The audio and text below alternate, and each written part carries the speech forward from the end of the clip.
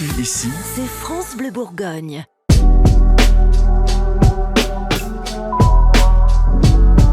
Tout le monde est toujours opérationnel, sauf Ben à Amada, qui a une petite alerte au niveau de l'ischio, donc examen en cours.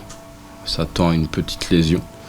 On verra le détail exactement après passage médical.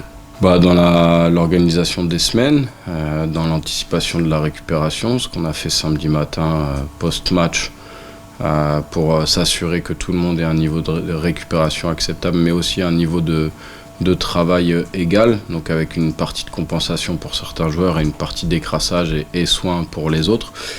Et après, c'est vrai que ça nous laisse peu de temps en retour de semaine pour pouvoir travailler sur l'adversaire comme on peut faire parfois.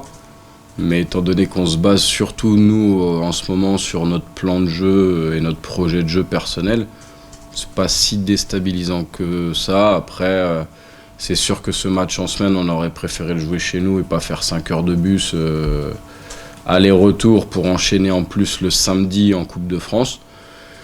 Mais c'est aussi pour ça qu'on a un groupe avec suffisamment de joueurs qui doit nous permettre d'absorber tout ça. En plus, on est dans une période où on a quasiment tout le monde. Donc ça va permettre aussi, comme on l'a fait sur les derniers matchs, je l'espère, à une grande partie des joueurs d'avoir un petit peu de temps de jeu, une petite part du biscuit. La problématique d'une équipe de foot, c'est de marquer des buts. Donc de base, c'est quelque chose qui fait partie du travail et c'est quelque chose qu'on éprouve régulièrement à l'entraînement.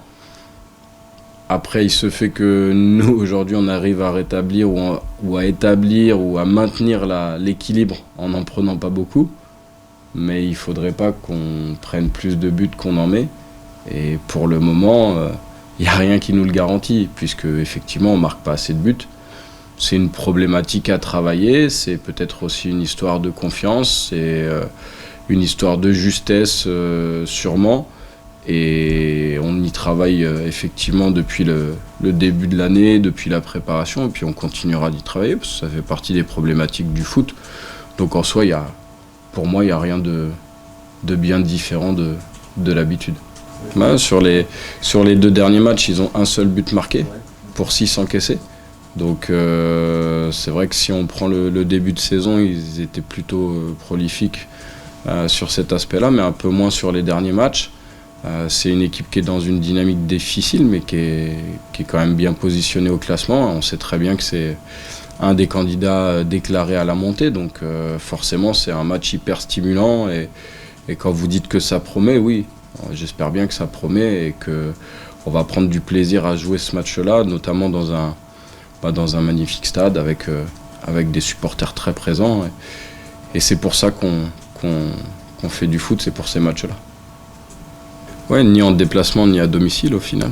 Donc on est sur une dynamique positive. Après, comme je le disais tout à l'heure, il ne faut pas qu'on se contente de ça parce que vendredi, on aurait dû forcer la décision. On aurait dû être capable d'emporter ce match. Et là, à l'extérieur, même si on a dans cette idée, pourquoi pas, de maintenir cette dynamique positive et cette invincibilité, si on peut dire, on a surtout dans l'idée, pourquoi pas, d'arriver à récupérer les points qu'on n'a pas pris vendredi. Donc c'est surtout ça l'objectif de ce match à Valenciennes.